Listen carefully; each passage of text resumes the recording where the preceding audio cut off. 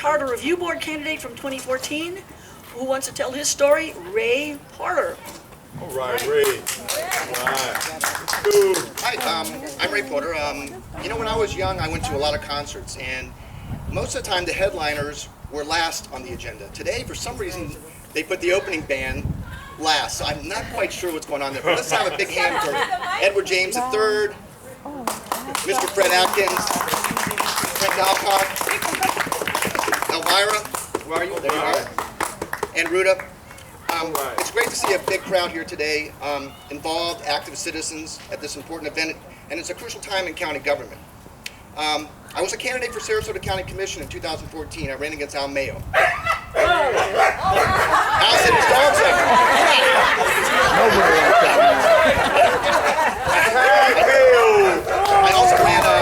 I also ran unsuccessfully in 2008 and 2016 for the Charter Review Board. I know. I lost all 3 elections, and I learned a lot from those experiences. One of the big lessons I learned, this is a very, very big county geographically.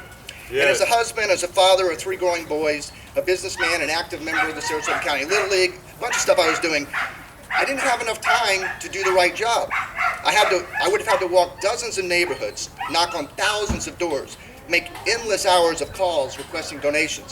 I did what I could, but ultimately this county was just too big for me. And it's too big for a lot of small business people, I should say, not small people, who just don't have the time, don't have the resources to devote to getting elected.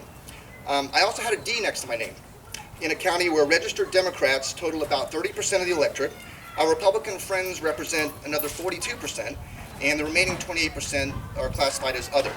So faced with this disparity and the fact that this county is now approaching 50 years of one-party rule, the Republican Party, with not a single Democrat since 1970, I wasn't surprised that I garnered only about 41% of the vote. Al Mayo got the rest, 53%.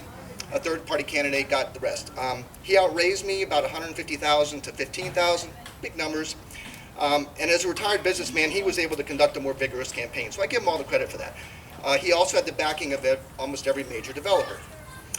He also had he also had the support of a lot of dark money from PACs.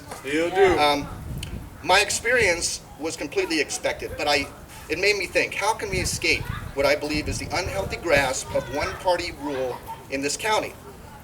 The answer, of course, was hopefully going to be single-member districts, and the voters agreed by over 60%. We approved single-member districts. This effectively shrinks the area in which a candidate must campaign by about 80%. So it gives Democrats, Republicans, Independents, everyone with a limited budget, limited time, a fairer chance to reach the voters with their message, their ideas, their platform, and that's what's important, right? Not just money and party affiliation. So, in conclusion, the county commissioners were not happy with the result of that single-member district election, obviously.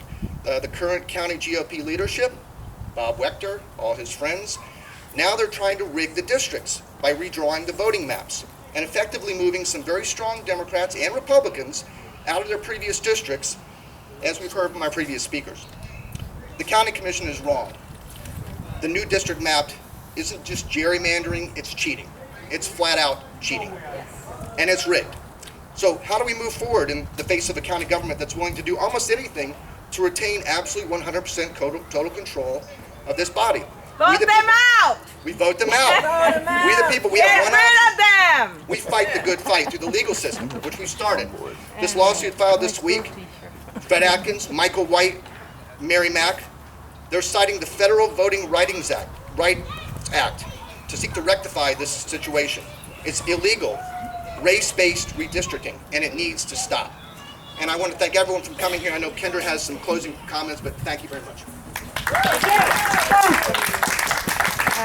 I don't have closing comments. I will leave those to Pat Rounds in a moment. But I do have a statement from Bill Zoller. Some of you may know him, and he wanted this read. Bill Zoller says, "I'm a lifelong Republican, but I believe that our county issues must transcend party or partisanship. When I worked with Citizens for Sensible Growth to pass 2 charter amendments that placed certain constraints on county commissioners' powers in approving comp plan amendments, there was never any element of partisan or party politics. When I worked as part of the multi-stakeholder group to explore better ways forward for the planning of the eastern rural lands, party politics never, ever reared its head. When I worked with the Sarasota 2050 Public Interest Coalition during our 2050 plan process, party politics was never part of our discussions. The same holds true for the single-member district effort. Party politics was not involved. Come on over, Brad. Just stand right here. Look at that wonderful sign that we had last year when we passed that. Voters of all parties across the country, across the county. And Bill Zoller says, my involvement has always been from the viewpoint of making our county the best it can be in terms of our citizens, our environment, and of good, fair, and honest governance.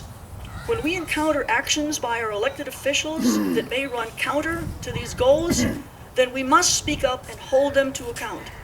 Such is the case with this redistricting that they have foisted upon us. It must not stand. That's from Bill Zoller, Republican. At Browns. Thanks, Kendra, and thanks to all of you again for coming today. I know it's tough to find this place. It's at an unusual time. Our county commission is across in the mansion, having fun and maybe getting ready for lunch. Yes. Did they invite us? No. No. We've heard three words today a lot, and they deserve repeating. We the people. Those are the first. We the people. We the people. First three words of our U.S. Constitution, right? Right. And of our Sarasota County Charter. Three powerful words. In 2018, we the people in all 5 districts from north to south, overwhelmingly, and he probably is voting too, overwhelmingly voted for more direct and accountable representation by our county commission. As you've heard, 60% of we the people endorsed single-member districts. Let me go one step further. I looked at all the voter statistics by precinct. 96 of 100 precincts voted for single-member districts. Wow. Yeah. That says a lot. Okay? We the people put that amendment on the ballot using the citizen petition process. We have the capacity as citizens, if we get enough petitions signed by current voters, to put amendments on the ballot. That's a process that our county commission wants to destroy. Yeah. We the people spoke in 2018. Did our county commission listen? No. Instead, they decided to change our district boundaries to ensure their own re-election. Does that serve we the people? No. Now look where we are. They drew a district map based on faulty population data, which prevents thousands of residents from voting for county commission in 2020. Is this how democracy works? No. Shouldn't. If you want county commissioners to serve our interests and care about our quality of life, I ask you to join Citizens for District Power.